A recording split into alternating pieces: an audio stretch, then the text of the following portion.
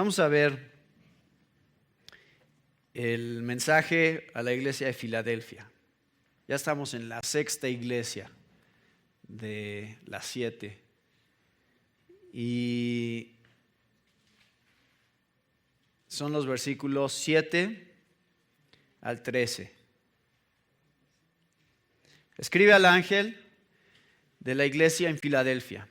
Esto dice el santo, el verdadero, el que tiene la llave de David, el que abre y ninguno cierra, y cierra y ninguno abre. Yo conozco tus obras. He aquí, he puesto delante de ti una puerta abierta, la cual nadie puede cerrar, porque aunque tienes poca fuerza, has guardado mi palabra y no has negado mi nombre. He aquí, yo entrego de la sinagoga de Satanás a los que se dicen ser judíos y no lo son, sino que mienten. He aquí, yo haré que vengan y se postren a tus pies y reconozcan que yo te he amado. Por cuanto has guardado la palabra de mi paciencia, yo también te guardaré de la hora de la prueba que ha de venir sobre el mundo entero para probar a los que moran sobre la tierra. He aquí, yo vengo pronto. Retén lo que tienes para que ninguno tome tu corona. Al que venciere, yo le haré columna en el templo de mi Dios y nunca más saldrá de allí. Y escribiré sobre él el nombre de mi Dios y el nombre de la ciudad de mi Dios, la nueva Jerusalén, la cual desciende del cielo de mi Dios, y mi nombre nuevo. El que tiene oído, oiga lo que el Espíritu dice a las iglesias. Filadelfia. Este es probablemente, si quisiéramos escoger cuál iglesia quisiéramos ser, esta sería probablemente. ¿Ella es Filadelfia o Esmirna? Si tuviéramos la opción, porque Filadelfia y Esmirna son las únicas dos iglesias de las cuales no se dice nada malo. Así que quisiéramos que si Dios nos evaluara a nosotros, no tuviera nada malo que decir. No sé cuál sería su evaluación, pero esa es la que quisiera que fuera. Vamos a ver qué es lo que sabemos acerca de Filadelfia. Nuevamente ven el mapa ahí, en donde tienen la ruta que se fue siguiendo y el orden de las cartas no es un orden en relación al tema, sino en relación a la posición geográfica.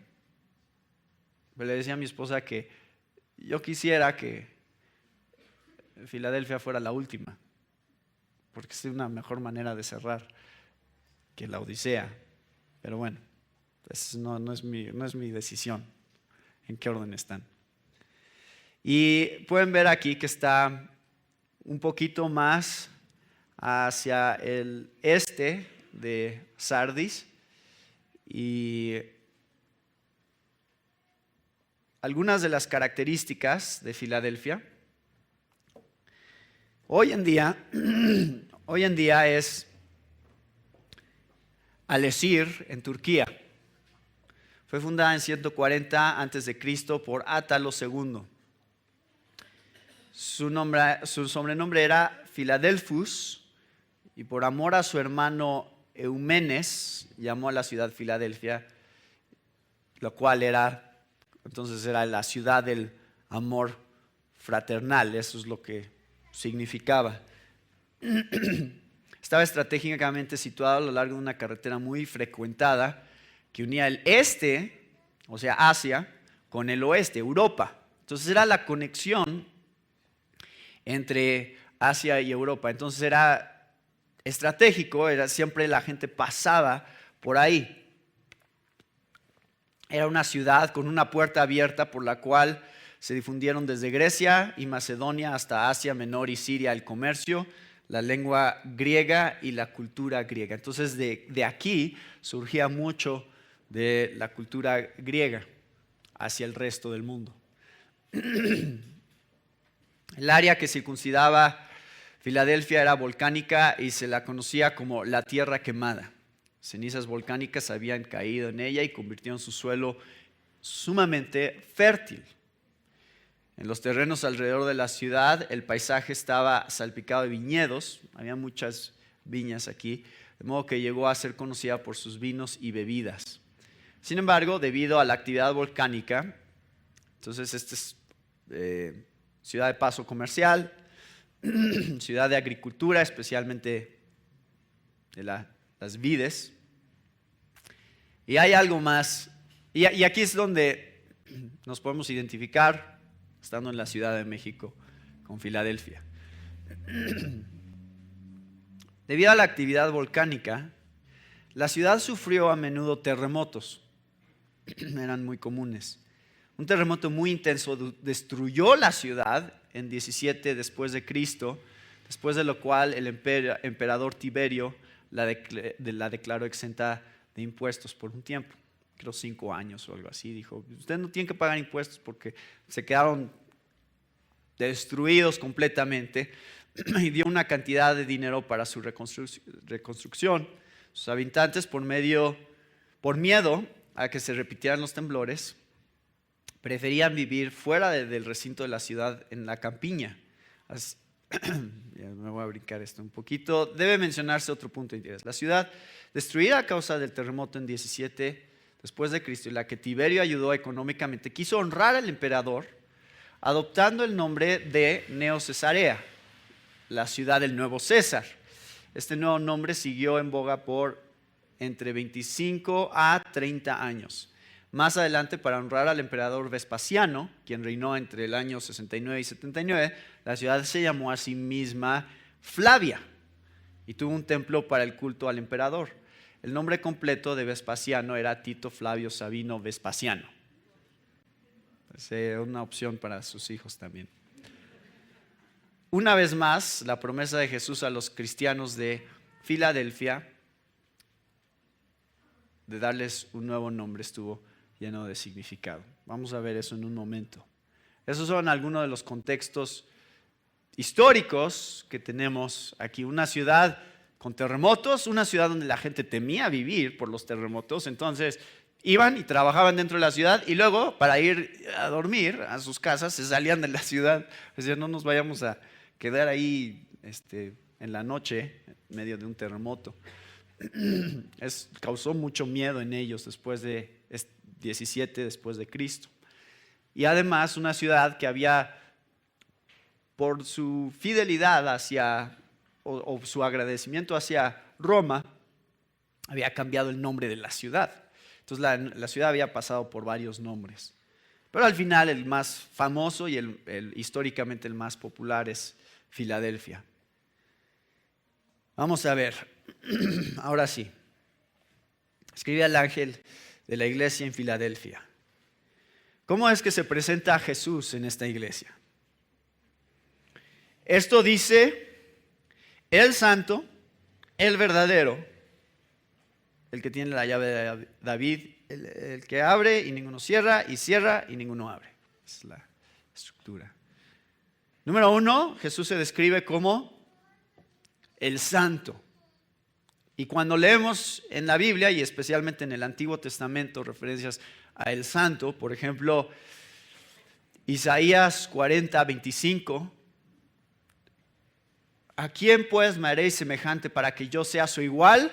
Dice el santo. Y cada vez que encontramos esta referencia a el santo es Dios, el Dios del Antiguo Testamento, el Dios de Israel. Él es el santo, lo cual pone a Jesús con este título nuevamente en un nivel igual a Dios, con el mismo título que Dios, con el mismo atributo de Dios. Un Dios que no nada más es santo en el sentido de que no tiene pecado, sino que es único y está apartado de todo lo demás de su creación. También es descrito aquí como el verdadero. Y podemos leer en Apocalipsis 6, un poquito más adelante, estos títulos. Apocalipsis 6:10. Y clamaban a gran voz diciendo: ¿hasta cuándo, Señor santo y verdadero, no juzgas y vengas nuestra sangre en los que moran la tierra? Entonces, estos son los títulos de Dios. Pero este título de verdadero no nada más significa que Él dice la verdad, sino significa que Él es fiel. Y una de las cosas que estaba estudiando acerca de Filadelfia es que durante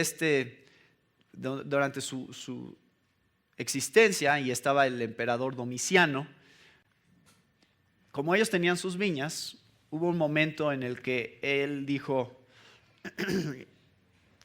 como nosotros en Roma también tenemos viñas, pero las de ustedes son mejores, los de Filadelfia, mandó a quitar todas las viñas de Filadelfia. Ya no van a tener viñas porque las de Roma tienen que ser las principales. Y entonces de esa manera quitó una de las principales fuentes de ingreso y estructura económica de la ciudad. Entonces los de Filadelfia habían sufrido gran decepción y desilusión en este caso de Domiciano. Pero Jesús les está diciendo: yo soy verdadero, yo soy fiel a ustedes, en mí sí pueden confiar, no como los emperadores de Roma. Y no nada, o sea, estoy pensando esto, dice Jesús: yo soy verdadero, yo soy el verdadero. Y hoy en día vivimos en una cultura que pregunta, esa es la pregunta que hacen. ¿Quién tiene la verdad? ¿Quién es la verdad? ¿En dónde está la verdad? Todos dicen que la tienen.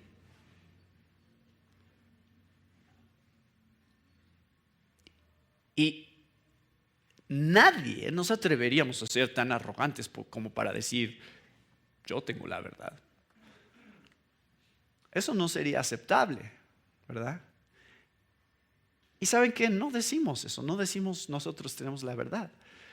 Lo que decimos es: conocemos a quién es la verdad. Eso es lo que decimos. Jesús dijo: yo soy el verdadero. ¿Y le crees o no le crees? ¿Está diciendo la verdad con respecto a su naturaleza como la única verdad? ¿O está mintiendo? Cada persona tiene que decidir eso con respecto a Jesús. ¿Crees que Jesús realmente es el único lugar en donde se encuentra la verdad final para el ser humano en cuanto a su reconciliación con Dios? Después dice: el que tiene la llave de David, el que abre y ninguno cierra, y cierra y ninguno abre. Y esto es una referencia muy específica a un pasaje que se encuentra en Isaías también. Hay muchas referencias aquí a Isaías en toda esta carta, pero esta es una muy específica, histórica, que es Isaías 22, versículos 20 al 25, que dice: y sucederá en aquel día que llamaré a mi siervo Eliakim, hijo de Hilcías, lo vestiré con tu túnica, con tu cinturón lo ceñiré, tu autoridad pondré en su mano, y llegará a ser un padre para los habitantes de Jerusalén y para la casa de Judá. Entonces pondré la llave de la casa de David sobre su hombro. Cuando él abra, nadie cerrará. Cuando él cierre, nadie abrirá. Lo clavaré como clavija en lugar seguro, y será un trono de gloria para la casa de su padre. Y colgarán de él toda la gloria de la casa de su padre, descendencia y prole, todas las vasijas menores, desde los tazones hasta los cántaros. En aquel día declara el Señor de los ejércitos: la clavija clavada en un lugar firme se aflojará, se quebrará y caerá, y la carga colgada de ella será destruida, porque el Señor ha hablado. Ahora, estos son eventos históricos, tuvieron su cumplimiento en ese momento. Sin embargo, como ya vimos el año pasado, cuando estudiamos Cristo en el Antiguo Testamento, muchos de estos personajes y muchas de las cosas que Dios estaba haciendo en la historia de la humanidad estaban diseñadas para mostrarnos alguna realidad de Jesús y estaban apuntando hacia Jesús. Y en este caso, este personaje, Eliakim, era una figura de Cristo en el Antiguo Testamento. Aquel a quien se le estaban dando las llaves. Y esta es la frase que usa Juan aquí para describir a Jesús. Dice, el que tiene las llaves y si él abre, nadie cierra. Y si cierra, nadie abre.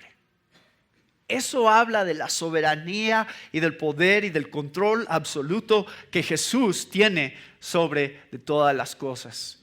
Esa es la clase de autoridad que tiene. Nadie puede hacer algo que Él no permita. Y, por el otro lado, si Él no lo permite, nadie lo puede hacer. Así funciona. Y eso es lo que está diciendo Jesús acerca de sí mismo. Entonces, Eliaquín aquí representa a Jesús en el Antiguo Testamento en referencia a las llaves y la autoridad y el trono y el reinado en el trono de David sobre de todas las cosas, final y eternamente. No nada más para gobernar sobre Israel, sino para gobernar sobre todos los pueblos. ¿Cuál es la salud espiritual de Filadelfia? Yo conozco tus obras. Aquí he puesto delante de ti una puerta abierta, la cual nadie puede cerrar. Esta es la referencia. Ahora, ¿se acuerdan? Filadelfia era conocida como la puerta de conocimiento y de educación sobre el mundo griego. Esa era la característica de esta ciudad, era la puerta al resto del mundo. Y Jesús dice aquí, he puesto delante de ti una puerta abierta, la cual nadie puede cerrar, porque aunque tienes poca fuerza, has guardado mi palabra. Entonces, ¿cuál es la salud espiritual de la iglesia de Filadelfia? Tienen poca fuerza física. A diferencia de Sardis, ¿se acuerdan de Sardis? ¿Qué se decía de Sardis? Crees que eres rico, pero en realidad eres pobre. Lo mismo se va a decir de la Odisea. Esos son el tipo de contrastes que hace la Biblia. Dice, probablemente era una iglesia pequeña en número, no era una iglesia muy grande, no era una iglesia de cientos y cientos de personas. Tampoco probablemente era una iglesia llena de gente de un nivel socioeconómico alto. Probablemente era gente de pocos recursos. Eso es lo que parece ser que está diciendo aquí Jesús, que su influencia en la sociedad, su presencia en la sociedad no es gran cosa en términos humanos. Tienen poca fuerza física, pero tienen mucha fuerza espiritual. Esa es la realidad de lo que dice Jesús acerca de ellos. Vean, esto es la alabanza hacia la iglesia de Filadelfia. Dice, has guardado mi palabra, número 1, y no has negado mi nombre. Y más adelante, si se fijan en el versículo 10, vuelve a mencionar una alabanza hacia ellos, por cuanto has guardado la palabra de mi paciencia. Entonces tiene 3 cosas aquí que reconoce acerca de ellos. Han guardado la palabra de Dios, la palabra de su paciencia, y no han negado el nombre de Dios. Entonces se han sujetado de lo que tienen y no lo han soltado, a pesar de que, como vamos a ver en un momento, hay una seria oposición que enfrenta a la iglesia de Filadelfia.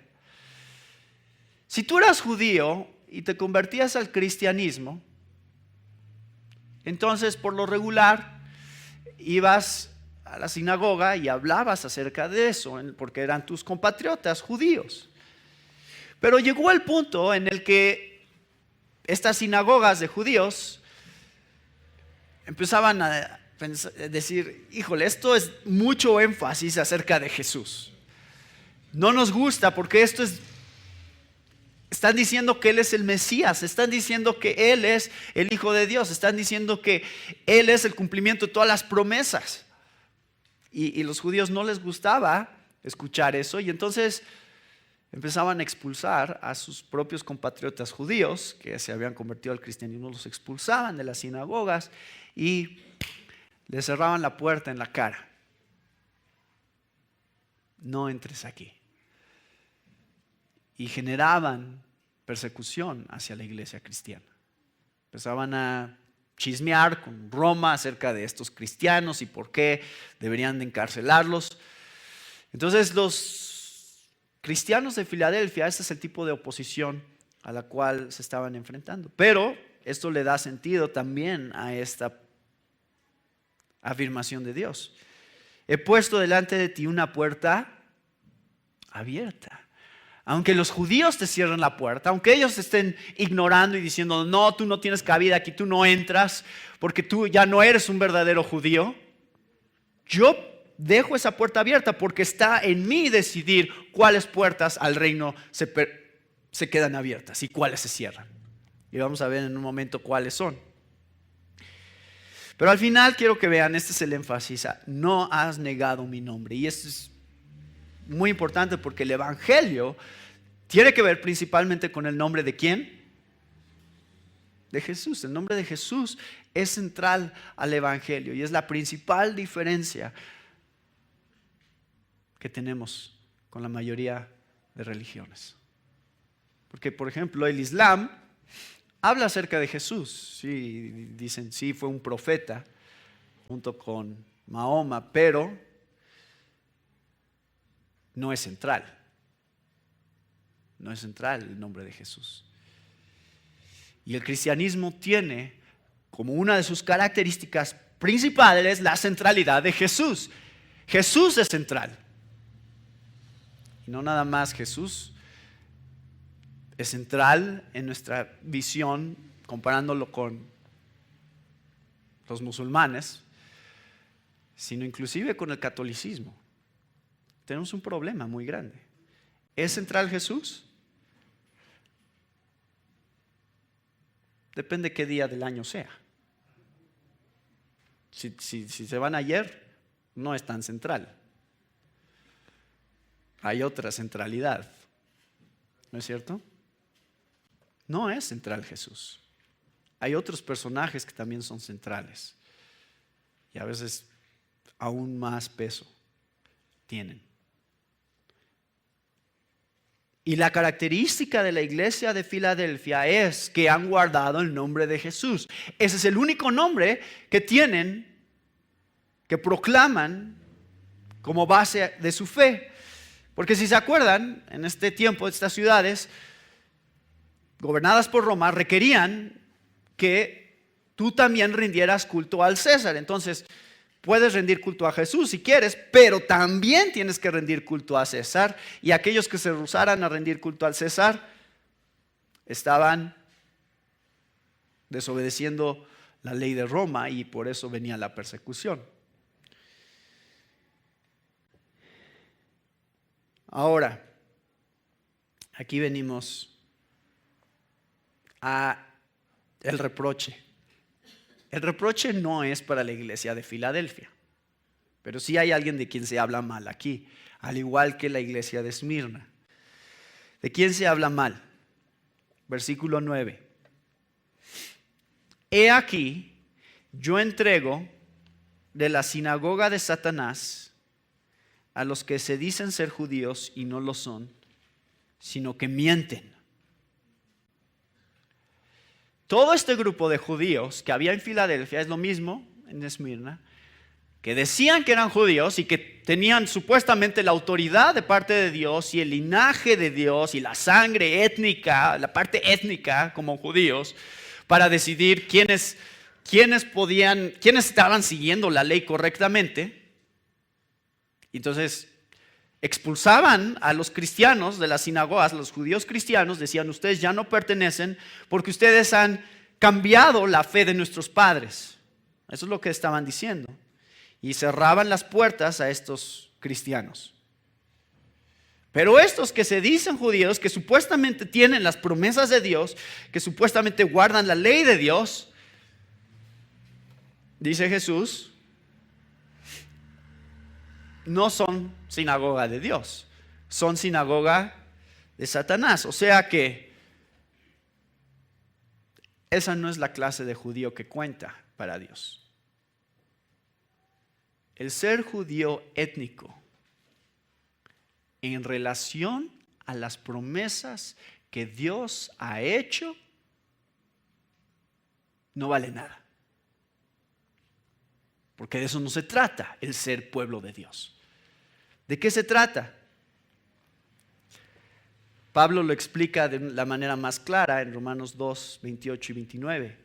No es judío el que lo es exteriormente, ni la circuncisión es la externa en la carne, sino que es judío el que lo es interiormente, y la circuncisión es la del corazón, por el espíritu, no por la letra, la alabanza del cual no procede de los hombres, sino de Dios. Dios desconoce a aquellos que se jactan solamente de su herencia como judíos. Eso es lo que dice. Si eso es lo único que es para ti el ser judío, porque naciste de una familia judía y practicas las tradiciones judías y la religión judía, perdóname, pero no eres judío. Judío es aquel quien entra dentro de las promesas hechas a Abraham y a su descendencia, que finalmente se cumplen en Jesús. Así que tú tienes que creer en Jesús si quieres ser judío. No hay otra manera. Nosotros somos no un reemplazo de Israel, somos el verdadero Israel. Nosotros no venimos como iglesia, háganse un lado Israel, ahora venimos nosotros. No. Nosotros simplemente hemos sido unidos a lo que Dios le vino prometiendo durante todo el Antiguo Testamento a su pueblo. Dios dice, ¿saben qué? Es de ustedes. ¿Creen en mí? Es de ustedes. Bienvenidos. Porque se trata de una relación con Dios. No se trata principalmente de un pedazo de tierra, ni de la circuncisión externa, ni de que si comen cerdo o no. No se trata de esas cosas. Se trata de conocer al Mesías enviado a los judíos. Ese es el verdadero mensaje de toda la Biblia. Y lo van a ver en un momento. Esta carta está haciendo referencia a muchos otros pasajes de Isaías que son dirigidos hacia Israel, pero que Dios aplica a la iglesia de Filadelfia, no a Israel. Entonces, quiero que esto quede claro, porque esto es una cosa muy importante y hay diferentes sistemas teológicos que interpretan de diferentes maneras las promesas hechas a Israel y creo yo cuando leo el Antiguo Testamento que no hay muchas cosas, hay muy pocas cosas que podemos decir solo son para Israel. Tienen que ver con un contexto histórico muy definido y muy específico dentro de un periodo de tiempo. Ahora, ¿cuál es? Esto es bien interesante, esto lo voy a conectar con lo que les acabo de decir. ¿Qué es lo que dice aquí? ¿Qué va a hacer que estos judíos, qué va a pasar con estos judíos? Estos son los judíos enemigos de los cristianos, los que se están oponiendo, los que están causando persecución, que pierdan sus trabajos. ¿Y qué es lo que dice Jesús que va a hacer? Esta es una advertencia hacia estos judíos. Dice, yo haré que vengan y se postren a tus pies y reconozcan que yo te he amado. Esta declaración de Jesús de amar a una iglesia solo sucede en Filadelfia. No significa que no ame a las otras iglesias. Lo que significa es que aquí quiere dejar esto muy claro. No nada más a la iglesia, sino a los enemigos de la iglesia. Haré que vengan y se postren a sus pies. ¿Saben que eso viene también del Antiguo Testamento? Nuevamente, lean Isaías 49, versículos 22 y 23. Así dice el Señor Dios: He aquí, levantaré hacia las naciones mi mano, y hacia los pueblos alzaré mi estandarte. Traerán a tus hijos en brazos y tus hijas en hombros serán llevadas. Reyes serán tus tutores y sus princesas tus nodrizas. Rostro en tierra te rendirán homenaje, y el polvo de tus pies lamerán. Y sabrás que yo soy el Señor, y que no se avergonzarán los que esperan en mí.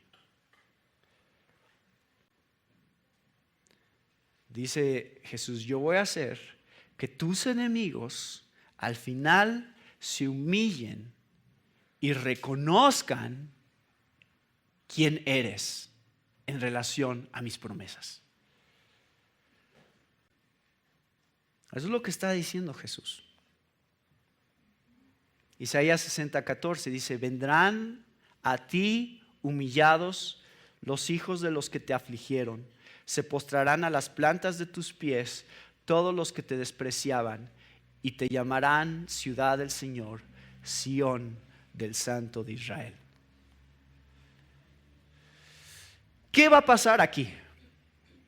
Es un poquito difícil de entender, pero aparentemente lo que va a pasar es que algunos, por lo menos algunos de estos judíos que persiguen a los cristianos, finalmente se van a convertir y van a tener una experiencia, yo me imagino, parecida a la de Pablo, en donde por su celo como judío, que dice esto es la ley de Dios y yo soy celoso de la ley de Dios, y estos cristianos herejes que están diciendo un montón de cosas que van en contra de la ley de Dios, los voy a perseguir, los voy a meter a la cárcel.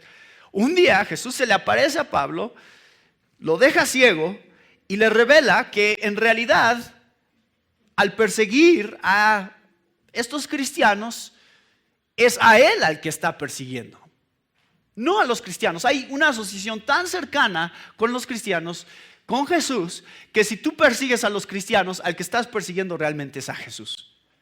Si tú vas en contra de los cristianos, contra quien realmente estás yendo es contra Jesús. Lo cual pone en perspectiva, hay algo interesante acerca de esto, hermanos, y vamos a... Yo he cambiado un poco en mi sentimiento con respecto a cómo a veces como cristianos hablamos sobre Israel.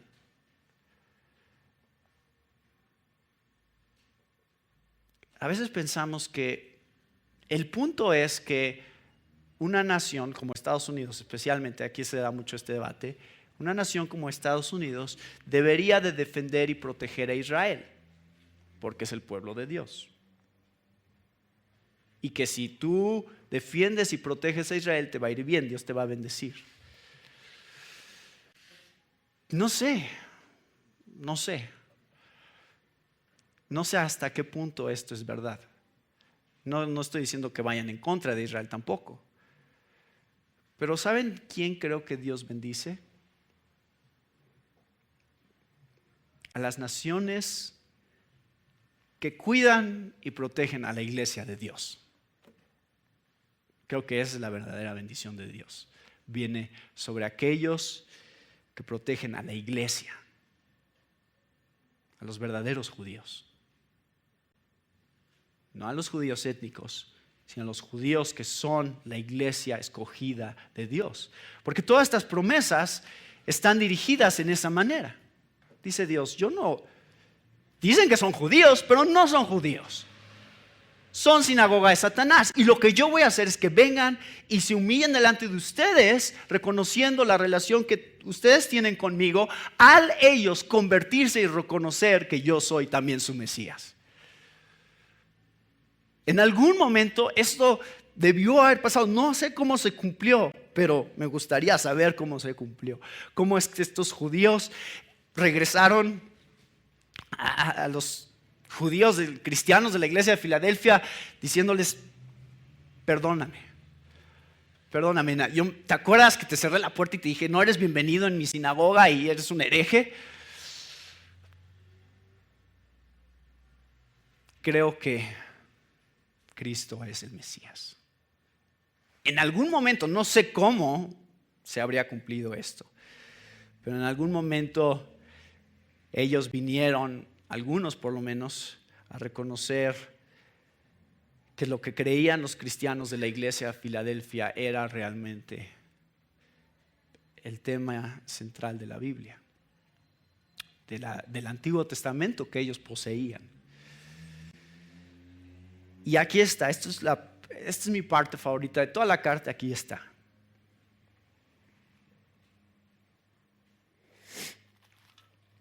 Dice que reconozcan que yo te he amado.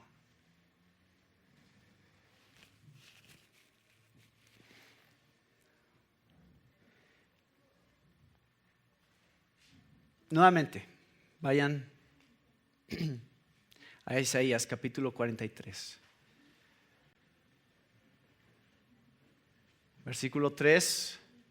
Porque yo soy el Señor tu Dios, el Santo de Israel, tu Salvador. He dado a Egipto por tu rescate, a Cus y a Seba en lugar tuyo, ya que eres precioso a mis ojos, digno de honra, y yo te amo. Daré a otros hombres en lugar tuyo y a otros pueblos por tu vida. No temas, porque yo estoy contigo. Del oriente traeré tu descendencia y del occidente te reuniré.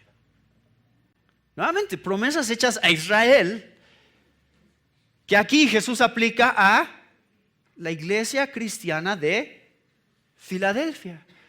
Y les dice, ese amor que Dios declaraba hacia su pueblo, es el amor que Dios declarará que tiene hacia ustedes, cristianos de Filadelfia.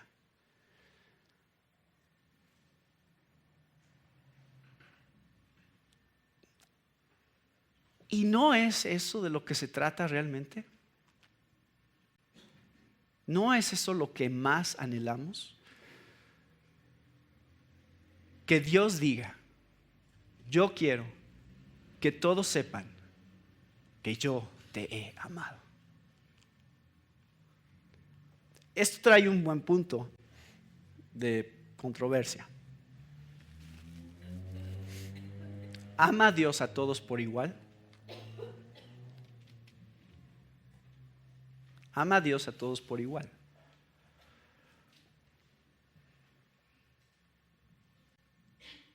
¿Sí o no? No.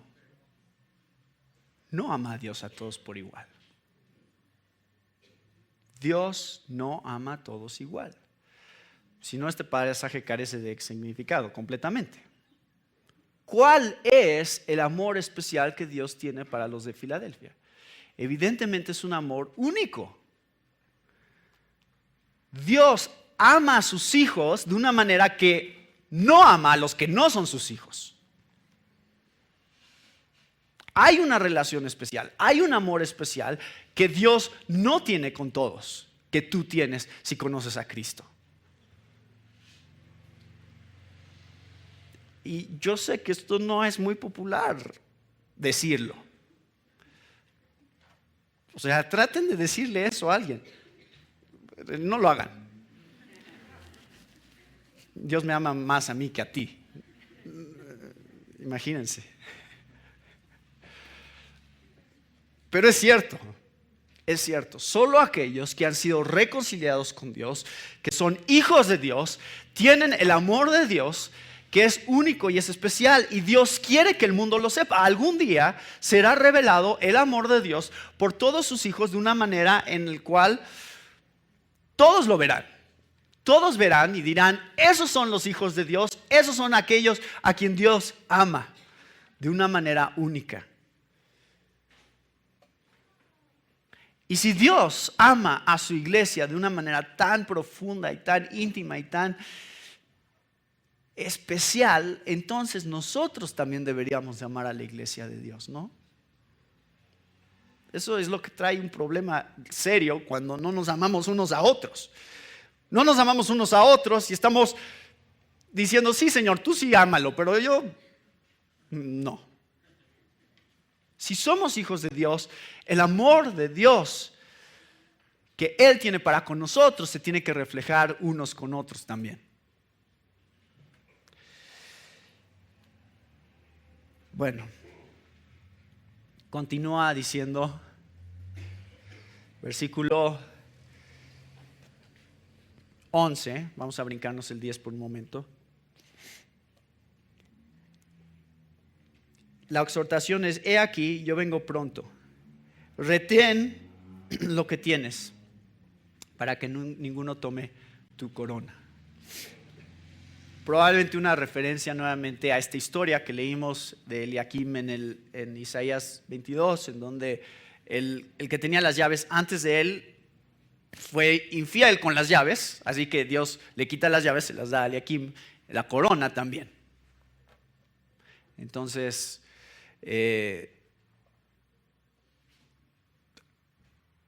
¿cómo encajaría esto con Filadelfia? ¿Quién tenía la corona?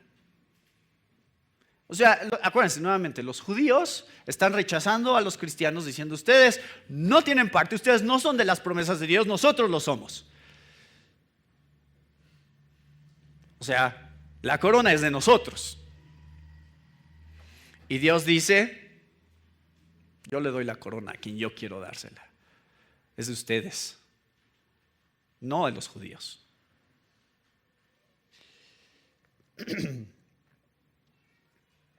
Y después de eso, antes de eso más bien, versículo 10, tenemos una promesa inicial. Bueno, tenemos muchas promesas aquí, pero esta es la promesa inicial que hace a la iglesia de Filadelfia. Les dice,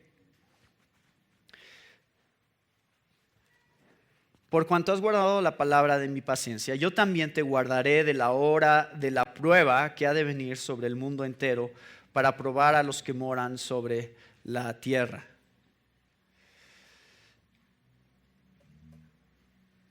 Me voy a meter un poquito rápidamente a algo de escatología, porque este pasaje es un pasaje, esta frase de la hora de la prueba que ha de venir sobre el mundo entero para probar a los que moran en la tierra, ahí es donde hay un poquito de debate a qué se está refiriendo, porque decimos, bueno, ¿cuál es la hora de prueba que va a venir sobre toda la tierra? La gran tribulación. Y la gran tribulación es este periodo que normalmente se conoce como 7 años antes de que Jesús regrese a la tierra, de una persecución intensificada en todo el mundo. Y es la hora de la prueba, normalmente. Yo creo que tiene dos niveles de cumplimiento este versículo. En un nivel está la hora de la prueba que habría experimentado la iglesia de Filadelfia en todo el mundo romano, todo el mundo conocido romano del imperio, el mundo que ellos conocían, que vino de hecho, y en otro sentido, el mundo entero en la gran tribulación, que es en todo el mundo. Ahora sí, el problema es la interpretación de, por cuanto has guardado la palabra de mi paciencia, yo también te guardaré. ¿Qué significa que te guardaré? Entonces ahí hay muchas interpretaciones. Unos dicen que eso es una referencia al rapto de la iglesia y dicen, pues te voy a guardar, pues te voy a sacar de la tierra para que no tengas que vivir la hora de la prueba que va a venir sobre de la tierra. El problema con esa interpretación es que si buscamos dónde más en la Biblia tenemos ese concepto de guardar de, vamos a encontrarlo. El otro lugar donde lo vamos a encontrar es también escrito por Juan 17, versículo 15, donde Jesús ora por sus discípulos y dice: no te ruego que los saques del mundo, sino que los guardes del maligno. Entonces, guardar de no significa que no estás presente. Simplemente que hay una protección de Dios especial sobre de aquellos que son sus hijos cuando viene la hora de prueba, y entonces el juicio de Dios no es para ellos. El problema de decir que este pasaje es una referencia al rapto de la iglesia es dos cosas. Uno, que hace que la iglesia de Filadelfia sea irrelevante en realidad al cumplimiento de esta promesa. Entonces en realidad no se lo prometió a Filadelfia porque Filadelfia no vivió la gran tribulación. Yo creo que en ese sentido de lo que está hablando Jesús fundamentalmente es de la protección espiritual que tenemos sin importar qué es lo que suceda, que es lo que ya hemos visto en las otras iglesias. Lo leemos en Romanos 8, 31 al 39. ¿Qué diremos? Si Dios está por nosotros, ¿quién estará contra nosotros? El que no eximió ni a su propio Hijo, sino que lo entregó por todos nosotros, ¿cómo no nos concederá también con Él todas las cosas? ¿Quién acusará a los escogidos de Dios? Dios es el que justifica. ¿Quién es el que condena? Cristo es el que murió. Sí, más aún el que resucitó, el que además está a la diestra de Dios, el que también intercede por nosotros. ¿Quién nos separará del amor de Cristo? Tribulación o angustia o persecución o hambre o desnudez o peligro o espada. Tal como está escrito: por causa tuya somos puestos a muerte todo el día, somos considerados como ovejas para el matadero. Pero en todas estas cosas somos más que vencedores por medio de aquel que nos amó, porque estoy convencido de que ni la muerte, ni la vida, ni ángeles, ni principados, ni lo presente, ni lo porvenir, ni los poderes, ni lo alto, ni lo profundo, ni ninguna otra cosa creada nos podrá separar del amor de Dios que es en Cristo Jesús, Señor nuestro. A ver, ¿por qué digo que esto es el cumplimiento principal de esta promesa?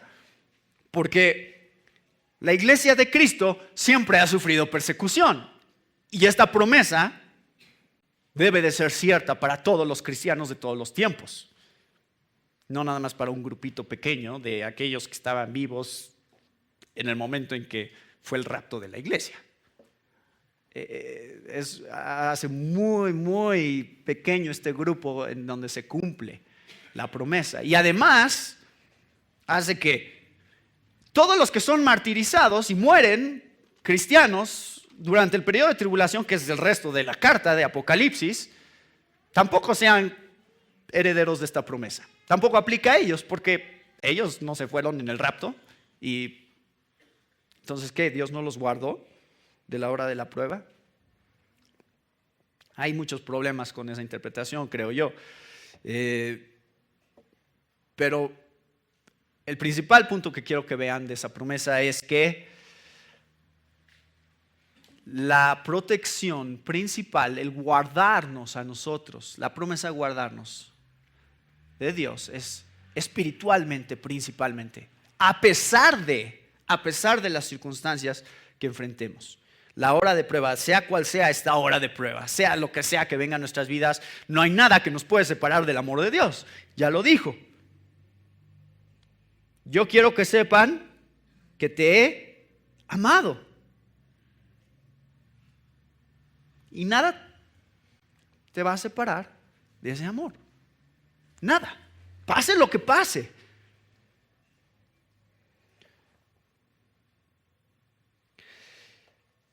Continuamos leyendo y vemos la promesa final. Dice el versículo 12: al que venciere, yo lo haré columna en el templo de mi Dios y nunca más saldrá de allí, y escribiré sobre él el nombre de mi Dios y el nombre de la ciudad de mi Dios, la nueva Jerusalén, la cual desciende del cielo de mi Dios, y mi nombre nuevo. La promesa final, número 1, es que seremos columna en el templo. pero columna permanente. ¿Se acuerdan de esto de los terremotos que les decía de Filadelfia? Que causó mucho temor en la ciudad. Y entonces iban y se dormían fuera de la ciudad porque tenían miedo de quedarse dentro. Entonces cuando Jesús dice, al que venciere yo lo haré columna en el templo de mi Dios y nunca más saldrá de ahí. Esa es una promesa que habría tenido mucho sentido para estos cristianos de decir, no tenemos que tener miedo, podemos quedarnos ahí porque cuando estemos en la presencia de Dios estaremos completamente seguros, no como esta ciudad donde tiembla todo el tiempo y nada es seguro. Hay una promesa futura de estar en la presencia del templo de Dios, en donde en ese tiempo las columnas no nada más eran en realidad para soporte, muchas veces las columnas eran para honrar a alguien, entonces se inscribía el nombre de una persona en la columna como una manera de honrarlos dentro de un edificio. Y creo que ese es el tipo de sentido en el cual está hablando aquí Jesús, en un sentido espiritual, porque en Apocalipsis 21 leemos cuál es esta ciudad. Apocalipsis 21:2 dice, y yo, Juan, vi la santa ciudad, la nueva Jerusalén, descender del cielo de Dios, dispuesta como una esposa ataviada para su marido. Váyanse al versículo 10. Dice, y me llevó en el espíritu a un monte grande y alto, y me mostró la gran ciudad santa de Jerusalén, que descendía del cielo de Dios, teniendo la gloria de Dios, y su fulgor era semejante al de una piedra preciosísima, como piedra de jaspe, diáfana como el cristal. Tenía un muro grande y alto con 12 puertas y en las puertas 12 ángeles y nombres inscritos que son los de las 12 tribus de los hijos de Israel. Al oriente 3 puertas, al norte 3 puertas, al sur 3 puertas, al occidente 3 puertas. Y el muro de la ciudad tenía 12 cimientos y sobre ellos los 12 nombres de los 12 apóstoles del Cordero. El que hablaba conmigo tenía una caña de medir de oro para medir la ciudad, sus puertas y su muro. La ciudad se halla establecida en cuadro y su longitud es igual a su anchura. Y él midió la ciudad con la caña, 12,000 estadios. La longitud, la altura y la anchura de ella son iguales. Y midió su muro 144 codos de medida de hombre, la cual es de ángel. El material de su muro era de jaspe, pero la ciudad era de oro puro, semejante al vidrio limpio. Y los cimientos del muro de la ciudad estaban adornadas con toda piedra preciosa. El primer cimiento era jaspe, el segundo zafiro, el tercero ágata, el cuarto esmeralda, el quinto ónice, el sexto cornalina, el séptimo crisólito y el octavo berilo, el noveno topacio, el décimo crisopraso, el undécimo jacinto, el duodécimo amatista. Las 12 puertas eran 12 perlas, cada una de las puertas era una perla, y la calle de la ciudad era de oro puro, transparente como vidrio, y no había en ella templo, porque el Señor Dios Todopoderoso es el templo de ella, y el sol ni la luna que brillen en ella. Y la ciudad no tiene necesidad de sol ni de luna que brillen en ella, porque la gloria de Dios la ilumina y el Cordero es su lumbrera. Y las naciones que hubieran sido salvadas andarán a la luz de ella, y los reyes de la tierra traerán su gloria y honor a ella. Sus puertas nunca serán cerradas de día, pues ahí no habrá noche. Y llevarán la gloria y la honra de las naciones a ella. No entrarán en ella cosa inmunda o que hace abominación y mentira, sino solamente los que están inscritos en el libro de la vida del Cordero. Pues no sé cómo va a ser esto exactamente, pero se dan cuenta nuevamente, aquí hay una puerta que nunca se cierra, la misma promesa que hace Jesús a la iglesia de Filadelfia, y habitar en el templo de Dios, que al final es no tanto un lugar físico, sino la misma presencia de Dios entre su gente. Acuérdense, es mucho simbolismo aquí en Apocalipsis, pero representan realidades mucho más profundas. No es nada más lo que ves externamente. Y entonces el templo de Dios, como era en el Antiguo Testamento, desde el tabernáculo era Dios entre nosotros. Vino Dios y puso su tienda entre nosotros. Ese era el tabernáculo. Después el templo. Y después el templo es destruido en 70 después de Cristo. Y dice Dios, el siguiente templo seré yo. No un templo físico, no un templo de piedra. Yo estaré entre ustedes y ustedes estarán conmigo para siempre. Ustedes serán columnas permanentes del templo. Eso es lo que dice Ezequiel 48, que describe este templo. Dice la ciudad, Ezequiel 48:35, la ciudad tendrá 18,000 codos en derredor, y el nombre de la ciudad desde ese día será: el Señor está allí. Ese es el nombre de la ciudad eterna de Dios. La otra promesa es el nombre de Dios, la ciudad, el nombre de la ciudad y su nombre nuevo. Y Apocalipsis 14, versículo 1, nos recuerdan estos nombres.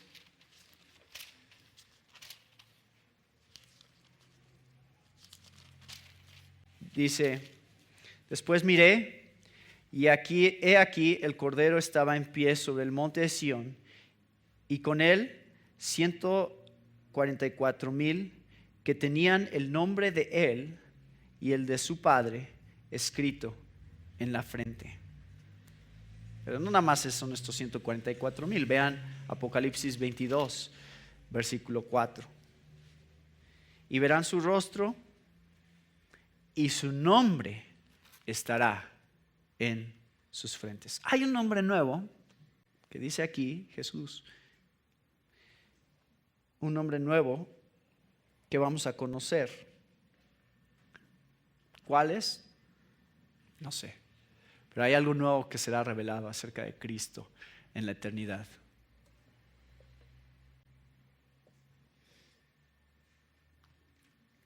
A ver, ¿qué iglesia queremos ser?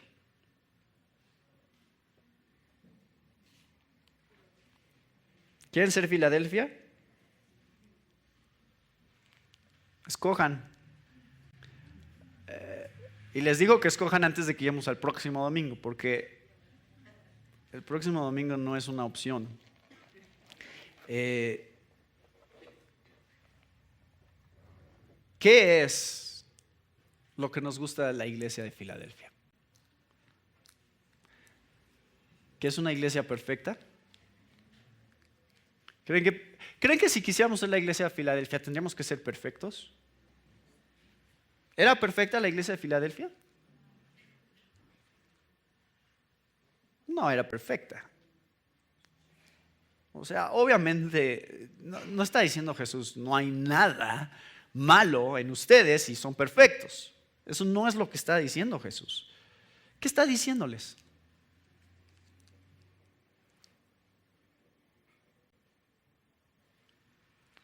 Les está diciendo: están avanzando. Están avanzando en su testimonio, en su santificación y en su amor por Cristo. Van bien. No todo es perfecto, pero hay progreso. Van en una dirección. No se ve que están yendo hacia atrás.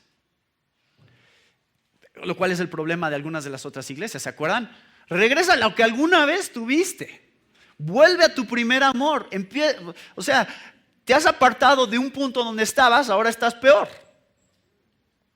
Como iglesia, no se trata de que seamos perfectos, se trata de que avancemos en una dirección clara. Y esa dirección clara es nuestro testimonio delante de los hombres, donde el nombre de Cristo siempre sea central, donde su nombre sea a lo que nos aferremos y lo que guardemos en nuestro corazón, y por lo que la gente nos debe de conocer, y que nuestro amor por Jesús crezca día con día. ¿Y saben qué pasa cuando hablamos del amor de Jesús? Nosotros amamos a Dios, ¿por qué? Porque Él nos amó primero. El amor a Jesús de los de Filadelfia salía de la realidad de lo que Jesús les declaró aquí. Yo los he amado a ustedes. Yo los he amado a ustedes. ¿De qué se trata la fe cristiana? Miren, la fe cristiana en realidad es muy simple. Es muy sencilla. no es tan complicada, porque no se trata de tradiciones, no se trata de la liturgia, no se trata de la iglesia, de que estamos aquí en un edificio y nos gusta reunirnos. No se trata de esas cosas. Al final se trata del amor de Dios por nosotros. Es así de sencillo. Ese es el punto de todas las cosas. Que Dios nos ama y ha buscado la reconciliación con nosotros porque nos ama. Y en respuesta nosotros lo amamos a Él. Eso es. No compliquemos demasiado las cosas, pensando que hay todos estos otros niveles en la vida cristiana y cosas más sofisticadas que eso. No hay nada más profundo, ni nada más real, ni nada más precioso que el conocer el amor de Dios en tu vida. Nada.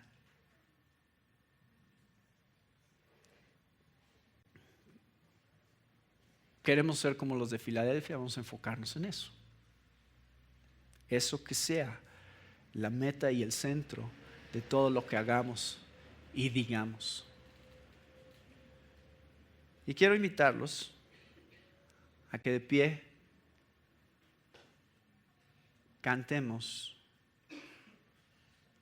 un himno muy simple que ustedes probablemente aprendieron cuando eran niños. Pero es un canto de niños y es muy simple, pero es la realidad más profunda que conocemos en el Evangelio. Yo tengo un amigo que me ama, me ama, me ama. Yo tengo un amigo que me ama, su nombre es Jesús. Que me ama, que me ama, que me ama así con tierno amor, que me ama. Su nombre es Jesús. Tú tienes un amigo que te ama, te ama, te ama. Tú tienes un amigo que te ama, su nombre es Jesús.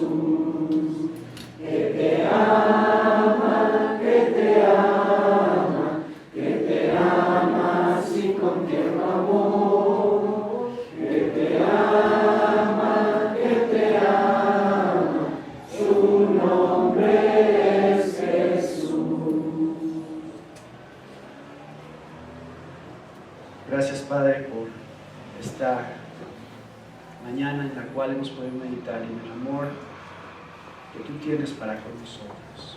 Gracias, Señor, porque tenemos la esperanza y tenemos las promesas de tu palabra de que no hay nada que nos puede separar de tu amor. Lo más precioso que podemos escuchar de ti es que quieres que el mundo sepa que nos has amado y que hay una relación tan profunda e íntima con nosotros que podemos disfrutar por toda la eternidad y que es para tu gloria. Señor, esa es nuestra esperanza y eso es hacia lo que vemos en nuestro futuro y la esperanza, la meta de todo lo que hacemos hoy, que sea el disfrutar del amor eterno de un Dios que nos ha salvado a través del sacrificio de Cristo Jesús. En tu nombre oramos. Amén.